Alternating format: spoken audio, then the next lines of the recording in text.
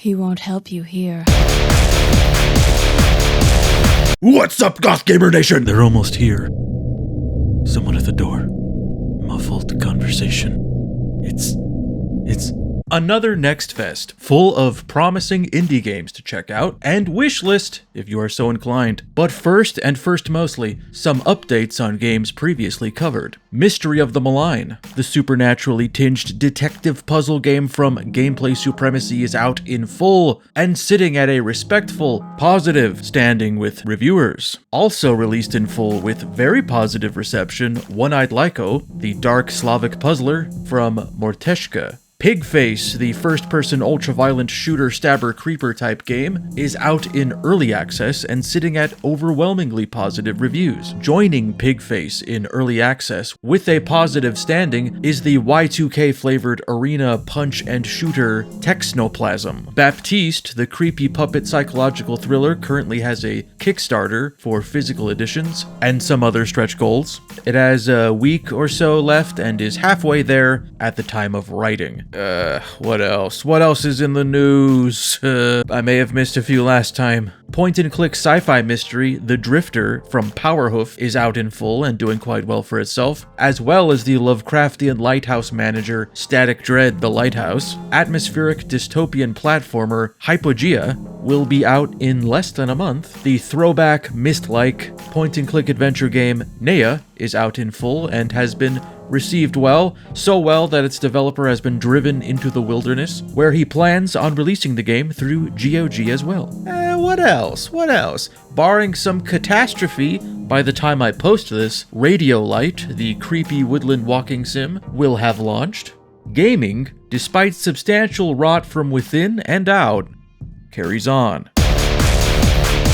Ambrosia Sky, Act 1. You gotta have a lot of confidence to name your game Act 1. Ambrosia Sky, the first of many, is an upcoming first-person sci-fi immersive sim from developer Soft Rain that does not simply tag itself as such, but claims it within its listing, which is another bold yet respectable play given that any use of that term on Steam tends to warrant an argument. And after playing this demo, I could be convinced. This slice of the game, due in about a month, clearly drops you into a story very much in progress and concerning a fungal disaster at a space colony called the Cluster that we apparently missed out on. It follows Dahlia, a member of a group called Scarabs, who study death in hopes of finding the secret to immortality. She left the Cluster when it was on the brink of collapse, leaving behind friends and a former lover that clearly held a torch for her despite moving on to someone else. For the length of the demo, we explore the ruined colony that is now home to several skeletons and a variety of hostile fungi, covering every inch of the place, collecting samples for the scarabs and reminiscing on the bittersweet life that was left behind through emails and Dahlia's own musings into a recorder that she keeps handy. It's pretty apparent from second one that Ambrosia Sky is plot heavy, lore heavy, and emotion heavy, and it's quite good at subtly slipping all three into natural conversation. I don't know if the full release is going to give you a feast of exposition, or if exposition is meant to just slowly collect and come together in your mind. But even with obviously a lot of context missing for the hows and whys of it all, there were a couple moments that just expertly combined dialogue, visuals, score into something pretty moving and emotionally rousing before I went back to being in the dark about everything else. The gameplay prioritizes exploration and physics-based puzzles, rewarding you with secrets and lore for prying off vent grates and slithering into dark crevices. Dahlia is equipped with a chemical sprayer that dissolves the various fungus on every surface with a stream of mysterious, yet probably delicious for no reason, goo, and each type sort of affects the environment differently or requires a specific method of removal. Some of it explodes or creates poisonous spores or disrupts electronics, and so you get a squirtin, participating in a loop that feels somewhere between 2017's Prey and Mario Sunshine and Tumblr.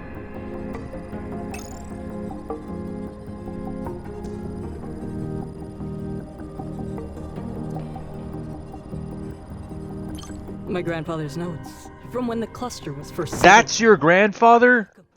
Bro looks like he's about to offer me a zine about local stick and poke artists. There are a lot of moving parts to this project that are all very easy. to stumble with. A distinct art style, surreal alien levels with tons of verticality in hidden areas, a broad sci-fi setting that needs to teach you about made-up terms and technology, around a fungus that humanity had been eating and fueling things with, tons of sentimentality and sadness, nuanced, imperfect characters, a lesbian love triangle, and for the hour I played it, I don't think it ever really goofs any of that. And despite being a violence enjoyer, Google just attempted to correct enjoyer to person, which would be despite being a violence person, both wrong. Anyway, I did not lament the absence of guns, for there was a thing in my hands shaped like one, thus deceiving my dark passenger into silence. Looking at the rest of these, I more than made up for that. Beneath is a very soon to be released, may be released by the time you see this, Lovecraftian survival horror FPS from two-person dev team Camel 101. The demo seems mostly disconnected from the narrative, as I'm looking at the Steam page and I did not know any of this. So, I guess you play as a diver named Noah, who has reached a deep-sea research base run by some kind of shady corporation in order to find a cure for his daughter's illness. But unfortunately, some kind of eldritch being named, amusingly, Gaggith, was woken up and created a variety of fires for our protagonist to put out. I chose to include this project, not that I have to explain myself to you, but because despite being a little rough around the edges and only having 2 devs behind it, it's competently put together and a very solid throwback to sort of late 2000s, early 2010s horror shooters. There's a touch of Half-Life, a touch of Fear in its mix of monsters and private military types. It's not breaking the mold or anything, but some experiences you never get old and should be iterated on into infinity, such as ragdolling floppy zombies in some kind of nightmare laboratory, or applying medically suspect amounts of food coloring to Halloween-themed ice cream treats. I see my insides and I want them painted black. Why do I see my insides? That doesn't make any sense. Let's see how you like it.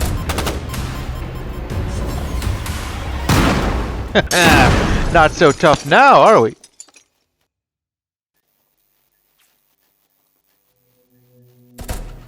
God damn. You can upgrade and customize your weapons via a crafting table system that I didn't get a great impression of, as I didn't find enough bits and bobs to tape to them in the playable level, and some simple item-based puzzles, but honestly, there is a simple purity that hooked me in. Just shooter staples, frantic backpedaling, constantly begging for handfuls of shells, carting power cells to different slots. You don't always gotta overthink it, you just gotta do it.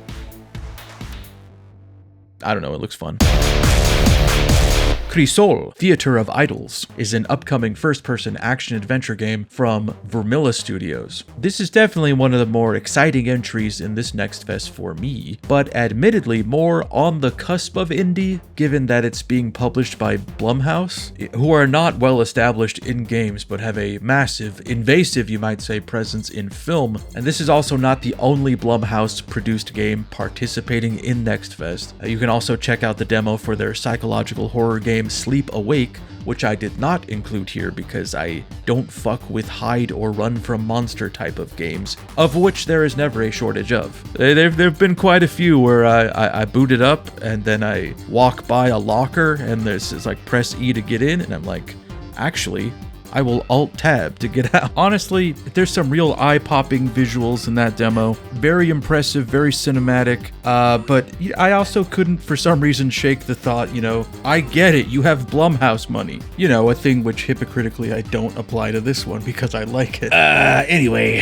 Crisol is set on the fictional island of Tormenta, off the coast of a warped vision of Spain, in which a soldier named Gabriel fights through cults and clockwork enemies on a divine mission from the sun god. In keeping with its dark Victoriana setting, Gabriel does this by weaponizing his own blood with a series of bizarre weapons that sap his blood from him and then hurl it in bullet form at your foes. Undoubtedly, there are valid comparisons to draw to the BioShock games, with its failed retro-futuristic industrial dystopia, ghostly reenactments of the various ways the city fell apart, and a variety of dirty street needles full of glowing mystery fluid to plunge into our veins. Beneath that is a lot of downright gorgeous art direction that is decidedly more Gothic and Spanish influenced. There's a particular ornateness and religious flavoring to it all. The visual or conceptual similarity to BioShock aside, it's a little slower, weightier in this cruelly short demo in which I shouted, "No!" when it suddenly cut to the end title. We gun down creepy robotic doll enemies that stagger around and suddenly stumble towards you, more akin to modern Resident Evil titles, proving to be quite difficult to hit with the starter weapon. What the? Am I getting sniped? Ew, you freak! But soon enough we get a shotgun that initially looks normal, but we sort of pretty it up with whatever our powers are. There's again a lot of context I'm missing. At one point you free a crow and Gabriel mentions a witch, and I'm just like, I don't know what that's about, but it seems cool. The second half pits us against a larger automaton with some kind of vendetta against our guy, who cannot be killed by the conventional use of a blood gun, so we have to evade it via adjoining shops for a bit, which I did enjoy only because I was also being chased by guys that I could shoot if I felt like it. Absorb the chicken. Like, eat it? That's different. The Dark Rites of Arkham is an upcoming Lovecraftian point-and-click adventure game from developer Postmodern Adventures. Finally, a game that ain't about shooting things. Damn, so you're just gonna shoot them? Oh. This game follows fittingly, originally, never seen this before, a hard-boiled detective named Jack investigating what begins as a case of political blackmail that soon spirals into an all-too-familiar abyss, the kind that stares back if one were to, I don't know, stare into it. The demo depicts the moment the case takes a sharp turn towards ritualistic killings and the tip of the mythos's iceberg. It's very dialogue heavy, and at least this section is grounded in a sort of pulpy way. Everything is gross and the characters are assholes, which amusingly clashes with the retro Sierra art style. It doesn't shy away from the prejudices, vices, and violence of the era. The landlord of the building you're poking around in explains that none of the rooms have bathrooms, so all the tenants have designated a communal bathroom as the cesspool. It's a very well done micro look at this project, which, judging by the screenshot montage at the end, will feature many locations and characters pulled from specific Lovecraft stories to cobble together their own. First time? Yeah, I remember my first ritual beheading. Of course, back then they'd behead you before you joined the force. Just so you know what it's like. Directorate Novitiate, aside from being a mouthful, is a paranormal-themed third-person shooter from developer Nesting Games that will soon be coming to early access. For eerily similar reasons that Beneath appealed to me, Directorate, while being set in 2006, feels like a title that was dreamt up that same year and fell between the cracks like a lovely little time capsule, and it's now been dusted off and worked on once more. Seeming to pull inspiration from the World of Darkness RPG setting, this game follows a woman named Mercury who blasts her way through LA's seedy supernatural underworld, using magic guns and plain old magic to defeat a group somewhere between a cult and crime syndicate named the Costa Muerte. There is some really inventive design and decoration all over this demo, harkening back to mid-2000s darkness and gothic horror. Notes of Constantine, The Cell, Underworld, and maybe a little bit of Buffy as well. It's nailing the tone of thing that I like. In a strange realm between the LA we know and the beyond, Mercury looks for a missing ally, while engaging in some acrobatic and cinematic gunfights that are pretty solid. I mean, they look incredibly badass when you perform these glory kill takedowns, but throughout the entire thing, I felt like I was perpetually still learning all the things I could do and how I should do them. There's a lot going on. You have a pretty involved upgrade and buff system, you got magic spells and abilities to wrap your head around right as you're thrown into a not very forgiving boss fight that makes you then realize you should be dodging and weaving, and I did get it in one go, but I was fucking sweating. I simply could not nail nail the timing of her attack. Yeah, there's a ton of rough edges to it, but also a ton of potential, and, hopefully it gets enough time to cook. Jesus. Maybe there's some lore that explains that. I guess there's magic in this game, so anything's possible. My suggestion, if I may offer it, though it most certainly would be going overboard, I think what would push this firmly into the realm of Kino would be if I could dive. You simply can't hand me 2 guns, instruct me to do slow motion gun kata, and not let me make like Chow Yun Fat. Don't Stop Girlypop is an upcoming high-speed arena shooter from a team of 2 developers under the name Funny Finton Softworks. Originally a school project going under the name Incolatus, it's finally nearing the finish line and getting an honest-to-Christ release from publisher Quali. This is a kaleidoscopic soup of hyperactive Y2K reverence, guiding an intense and breakneck shooter that with every sprinting step reminds you that you cannot stop. The title's not playing around. It may also be empowering to the Girlypops, but do not stop, Girlypop. You play as a revolutionary named Imber, who is fighting to prevent a mining corporation called Tigris Nix from depleting your home planet of love, the very life essence of the world. In the demo, Imber faces off against the corporation's leader, a massive Gianni-voiced jerkass named Octus, and despite dazzling them with our seizure-inducing love, we are captured and put on ice for 5 years, waking up to a world in which Octus has been oppressing the Oasis and its population of fairies. This game is honestly, a bit of an assault on the senses, from its sparkly pop soundtrack to its lightning speed, all the while trying to listen to your FMV allies over your pink shell flip phone, taking time to decorate your robotic arms with various loud patterns. I didn't even register until watching back that the sky was acting like a karaoke screen, displaying the lyrics to the theme song.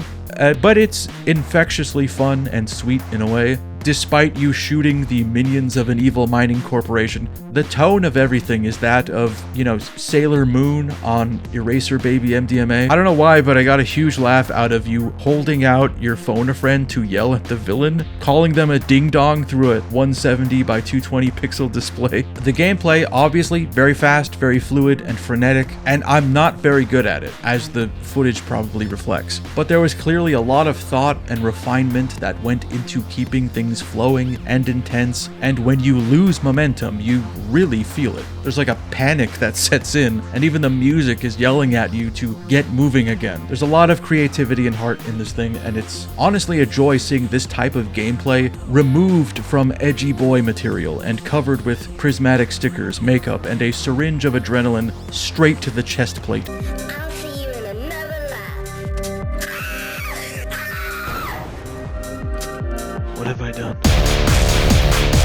Habromania is an upcoming psychological horror point-and-click adventure game from developer Sydney Collings that appears to be set to enter early access, where each of its 12 planned chapters will be released as they are completed. I should also add that there is currently several weeks left on their Kickstarter campaign, which has so far made 3 times its initial goal, amassing over 170 grand in pledges, after EA killed not only its own franchise, but an entire game dev's career. These gamers are seemingly picking up the baton of grimly retelling and remixing the story of Alice in Wonderland. The demo shows off Alice's first few moments in Wonderland, having forgotten how she wound up there and how to get back, and it's stuffed to the gills with charming design and interesting allusions to the time period it's set in, with the implications of darker things happening underneath our dreamy stroll through what the Steam page describes as a cozy hellscape.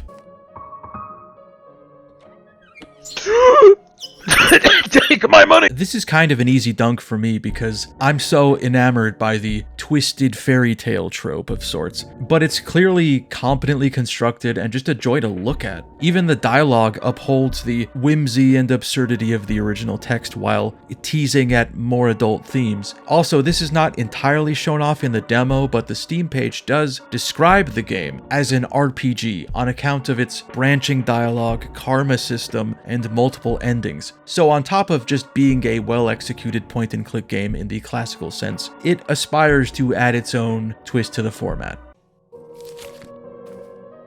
You clumsy oafish girl! Hell of Fear, Mind Breach. I'm sorry, I've never said the name out loud.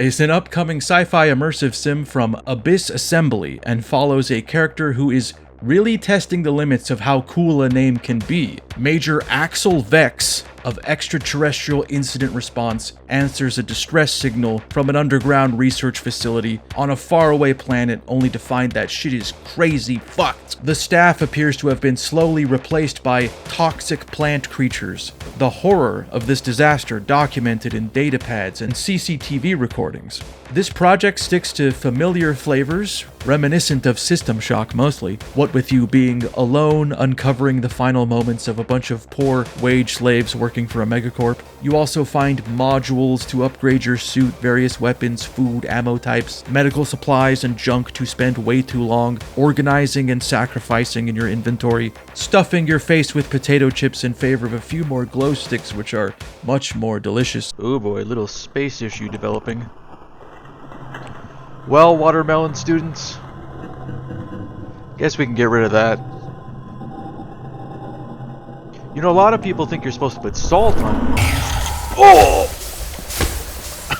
I got a bad one! Everything shown in the demo is pretty solid, and has some pretty good atmosphere as we creep around in the dark, trying to bring life to various parts of the building, occasionally getting ambushed by various swamp things and creatures from lagoons of, black nature? I wouldn't say it's consistently challenging, but it's easy for things to go south really quick. It might be a feedback issue, but a few times I would die, and I was just confused how I had fucked up so bad. These things are a lot stronger than you, and it's often dark and you're trying to conserve ammo. There is potential for a really tense game. Almost like an inversion of the genre's propensity to make you crawl through vents. There are plenty of them, but they are open spawn points for enemies that can eventually be sealed with metal sheets. I'm mostly just surprised at how large they are planning to make the facility. I mean, I get that you are doing a thing where there is a level for each letter of the alphabet, and it's gotta feel satisfying seeing it all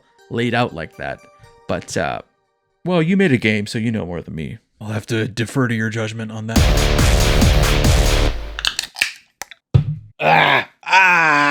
It hurts. I Hate This Place is an upcoming isometric survival horror game from developer Rock Square Thunder that is based on the comic series from Image of the same name, which I have not read and did not know existed until after I played this. Thus explains the retro comic book art style. I can't speak to how much this aligns to the comic, but the demo opens after some kind of ritual or experiment has gone wrong, and our protagonist, Elena, wakes up in the middle of a pentagram, and apparently her friend Lou is missing, so we set out to find her in a forest that is teeming with monsters and various paranormal phenomena. Elena has returned to her family ranch, which is famously haunted by everything under the moon, including a rather intimidating figure called the Horned Man, whom Elena blames for her mother's disappearance when she was a child. A cult is also trying to splice this guy's DNA into people, creating grotesque homunculi of sorts. There are two mechanics that clearly dictate a lot of this game's design. The first is stealth. While you do have melee weapons, guns, and explosives, enemies can be pretty intimidating and are usually better left unaware of your presence. The Horned ones, if you will, are all blind, so it's really a matter of paying close attention to what you're stepping on. The wrong surface could alert enemies and even slow you down or trip you up.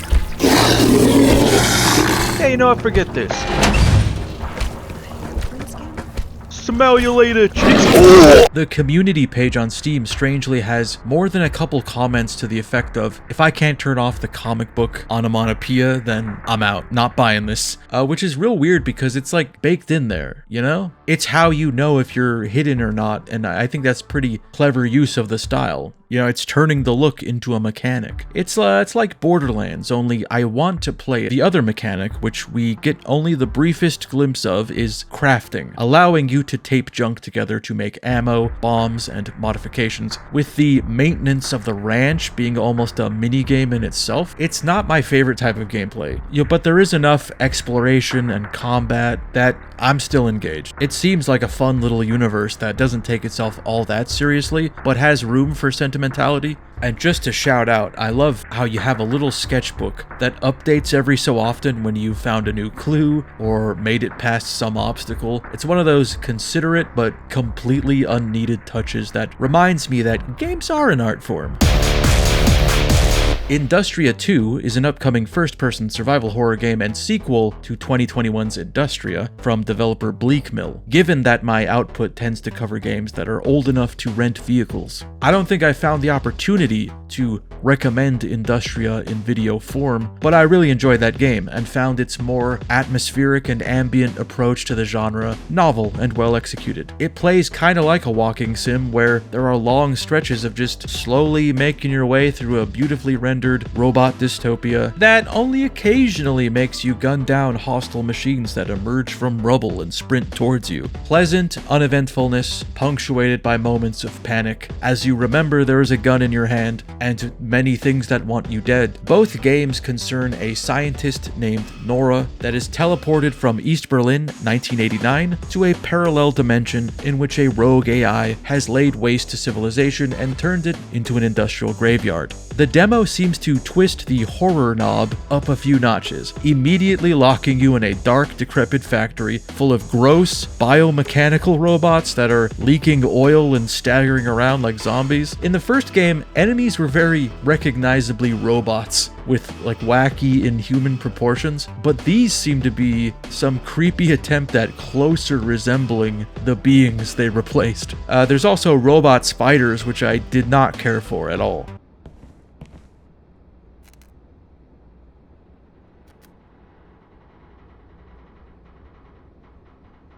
God, must you gyrate?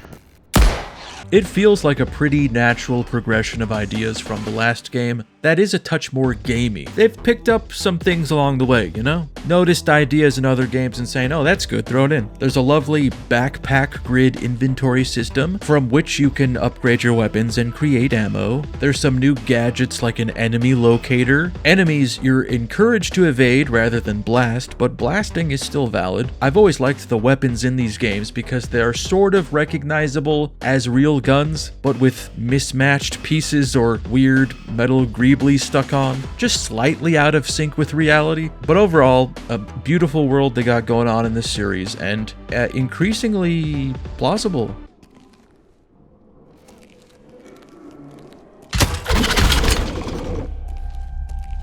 Oh, damn. Whacked him so hard he forgot where his ass was. Work in progress, gamers, a work in progress. Jungle Rot is an upcoming retro third-person survival horror game from developers Vexy and Dong Lechos, a project that shamelessly indulges in everything that made up the classic Resident Evil series and its many imitators, while finding fun little ways of enhancing or remixing them, like equipable clothing items that appear on your character and grant some form of stat boost. There are a lot of indie games that aspire to a similar level of worship, but it's not often that one has the gall to open with a slightly compressed FMV introducing our hero, John Crackhorn, as his helicopter crashes in the jungles of Vietnam. An elite US group named Reaper was dispatched to turn the tide of war using an experimental weapon that only succeeded in spreading a zombifying infection to the surrounding area, turning both sides into classic shambling ghouls. Crackhorn's job was to pick up after this disaster and clear out any survivors, but he did not anticipate crash landing right in the middle of the shit. All our old pals are here. Fixed camera angles, room transition cutscenes, goofy voice acting, limited inventory space, oddly complicated item-based puzzles involving gems and emblems and hidden rooms. And I like it. It's so spot on to a granular level that it's confusing. I don't have a whole lot more to add to this one. It just seems like a super charming love letter to old school survival horror that gets the appeal of it a lot more than some other projects that, can't resist modernizing it in some distracting way. If you ask me, the over-the-shoulder camera and its consequences have been a disaster.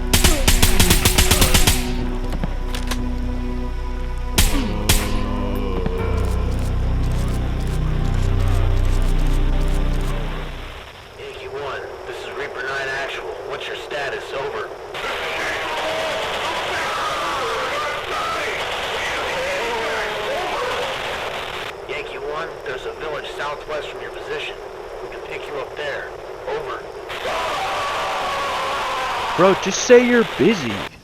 Fuck. Hang up the phone.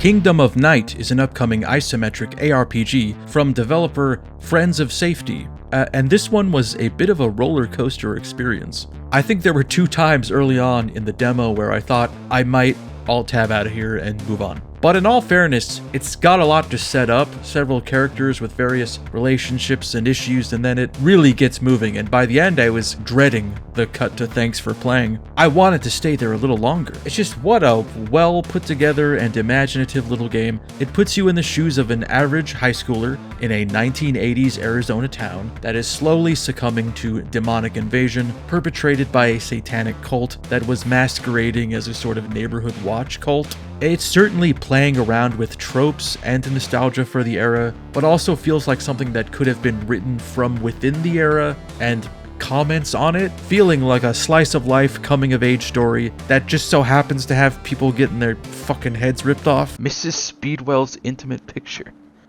The perfect 80s shenanigans. Creepy? Yes. Pervy? Yes. Acceptable?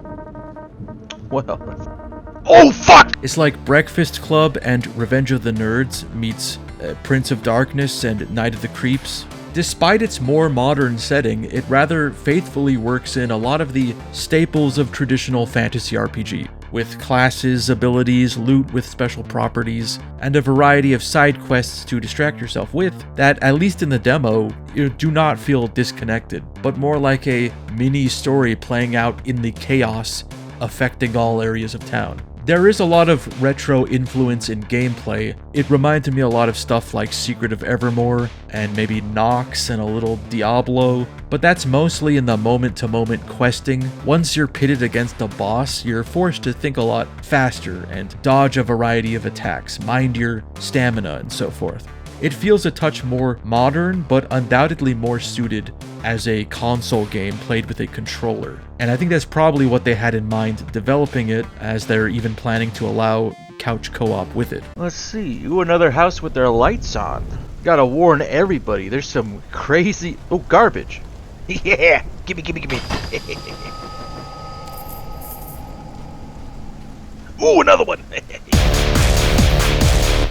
Klostyn is an upcoming sci-fi boomer shooter from a developer team of 1 named Secordrian, and makes it very clear that their goal is to, as faithfully as possible, recreate the experience of playing a shooter in the late 90s. I've seen many projects purport to have the same idea, but I don't think I've seen one so enamored with the idea that they'd also replicate the process of installing the game on a desktop, with an install screen and everything. This game, true to its inspiration from games like Quake and Gunman Chronicles, follows an archaeologist named Ethan Nova who, while traveling to a planet called Arcadia to study a newly discovered alien species, instead crashes into the planet, which is also being plundered by space pirates.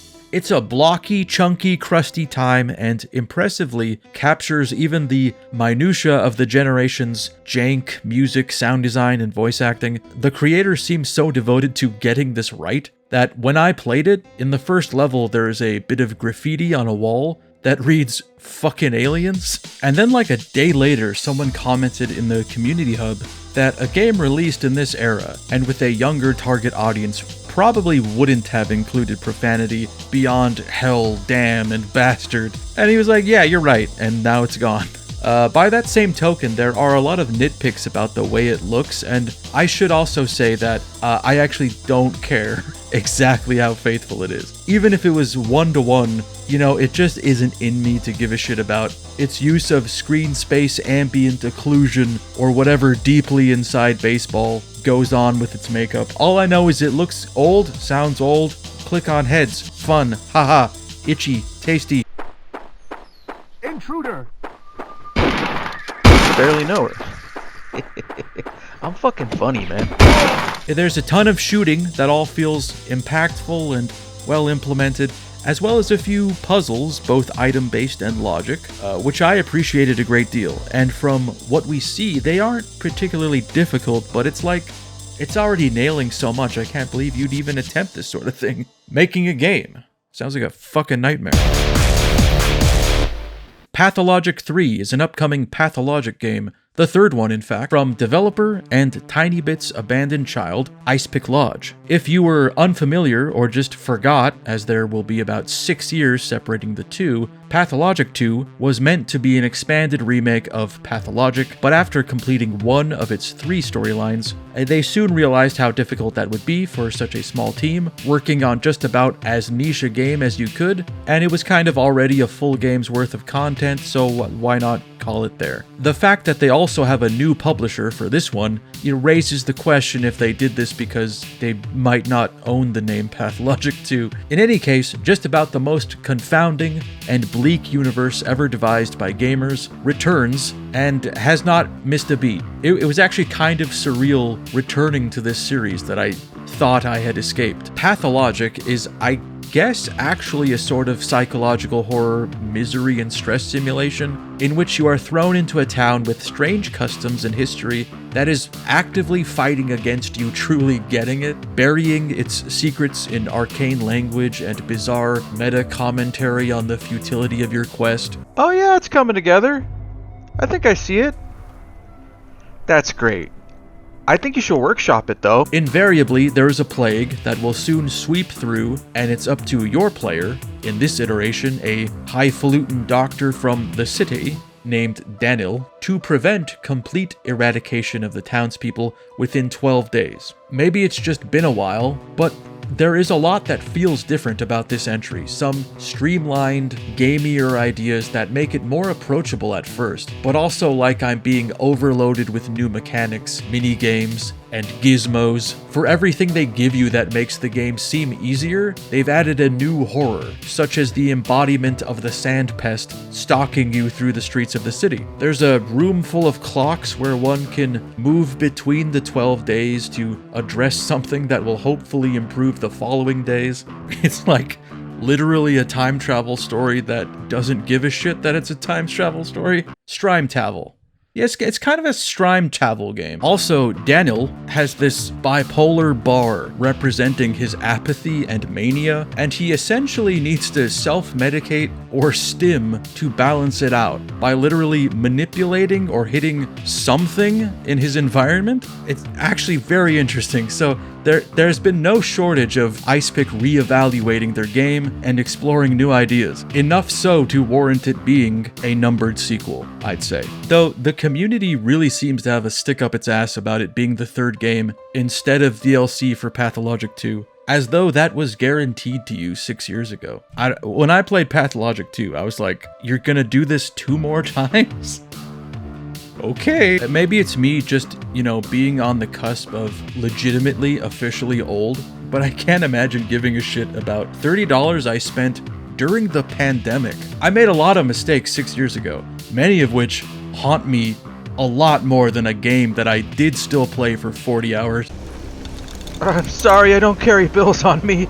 Did you have a Venmo? Winter Burrow is a soon-to-be-released cozy crafting exploration game from developer Pine Creek Games, and just something of a palate cleanser after a whole lot of misery and violence and insanity, the usual blanket I wrap myself in. This is one of them games that purports to be a cozy game, and well, it's hard to argue. I mean, it's so cute that it makes me want to claw my fucking eyes out. In a good way. I'll put them back in. Just like a... In this game, you play as a little mouse from the big city, who, following the tragic death of their parents, returns to their forest home to find it in ruins. With the aid of your sweet old aunt, you brave the elements in a quest to restore your family's home to its former glory. A lot of these indie games I play, I feel like I'm putting up with crafting, because I'm not a big fan of it. But every once in a while, I re-examine what I'm doing and think, maybe I am a crafting gamer. I keep enjoying things with crafting in it. I played this all the way through, and not once did I disrespect my surroundings, but I feel it is, in its own way, a little bit of a twist on things. The objective of this project seems to be taking the familiar mechanics of crafting and survival games and repurposing them from stressful activities to pretty chill activities. You just kind of go around looking for various types of wood and knitting materials and fix up your little log home. make yourself a nice sweater. There does appear to be a pretty present narrative that is a little bittersweet. It deals with grief and reconnecting with family and so forth, but it does not disrupt the coziness, I'd say. This little mouse and his little mouse world are so goddamn cute. Everything you pick up and make, the little pies, I don't even want to eat them. They are to be marveled at while one sips tea by the fireplace. They are for lunting upon a windowsill, and when you eat them, you go nuts. Oh, holy shit, I'm so fucking fast. I'm gonna collect everything. Rocks, plants, bug, get chopped. Yeah, I don't know if this comes as a shock or a surprise, but I like all kinds of games, especially the occasional one that encourages me to just zone out and enter a trance-like state of comfort. Unless this game makes a really sharp turn towards the end. You know, your aunt starts telling you to collect scrap metal and parts of forklifts and backhoes so you can construct the killdozer. But probably not. Alright, that's it for this round. I could stand here all day yapping about cool-looking indie projects that I saw one time, but, hey, I guess I don't have a great excuse. I have to make other content that people like more than these. You happy? Does the truth please you? Every time they do one of these, I think there ain't no way. Ain't no way I'm gonna find 15 to showcase, and as usual, I find that and then some. And you know, in between the alarming amount of projects made mostly by AI, but there's some damn fine gaming and damn fine art that continues to claw its way to the surface. If any of these projects intrigued you, I hear that wishlisting them does the creators some kind of good. Even if it just gives them half smiles in the cold glow of their dual monitor setup with unpaid power bills and eviction notices piling up on their doorstep in the background, then we've done some good. Also give them money eventually. Alright, bye.